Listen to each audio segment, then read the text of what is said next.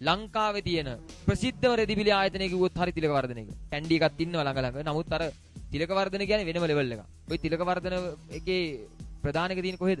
කිරිබත් ගොඩ තියෙන්නේ. පොලිසියෙන් 5 දෙනෙක් විතර ඉන්නවා අවුරුද්ද අවස්ථක. ඉතින් තිලකවර්ධන එක වට කරගෙන පොලිසියෙන් ඉන්නවා. කිරිබත් ගොඩ හරහා යන්න බෑ වාහනයකට අවුරුද්ද අවස්ථක. යන්න බෑ ළමයි පැය දෙකක්වත් ඉන්න ඕනේ. මං කියපු කෙනෙක් ඕනනම් දන්නේ නැති අවුරුද්ද අවස්ථක කිරිබත් ගොඩ නගරේ යන්න බෑ. මුළු නගරම ආක්‍රමණය කරන් ඉන්නේ තිලකවර්ධන එක. හැමතැනම කාපාක්. තිලකවර්ධන එක වෙනම ඉඩම් තියෙන පාකින් වලට. කිරිබත් ගොඩ ටවුන් එක මැද ඔබ හිටපන්කො ඉඩමක් කොච්චර වටිනවද? නිකන් පාකින් වලට ඉඩම් ටිකක් කරන් තියෙනවා. ඒත් කන්ට්‍රෝල් කරන්න බෑ. සමහර අය අනුරාධපුර පොළොන්නරුව පැත්තේ මිනිස්සු ගමේ මිනිස්සු ටික එකතු වෙලා බස් එකක් අරගෙන පොල් මලක් එම ගහලා මේ හට්ටි මුට්ටි ඔක්කොම උඩ පටවගෙන ඇවිල්ලා තිලකවර්ධනගේ ඇඳුම් අරන් එක තැනක උයාගෙන කාලා අය ගෙදර යනවා. මුළු ගමේ මිනිස්සු අඳින්නේ තිලකවර්ධනගේ ඇඳුම්. අවුලක් නැහැ නේ. ඒක ටිප් එකක් එනවා වගේ එනවා. මිනිස්සු 30ක් 40ක්. ඔයාලට තේරෙනවද බිස්නස් එක කැක්කුම තියෙන කාටද කියලා? අයිතිකාරයාට. යාගේ නිර්මාණයක් ඒක. අනිකේ නම බලන්නකෝ. කැන්ඩි කියද්දි එහෙන නිකන් පොෂ්.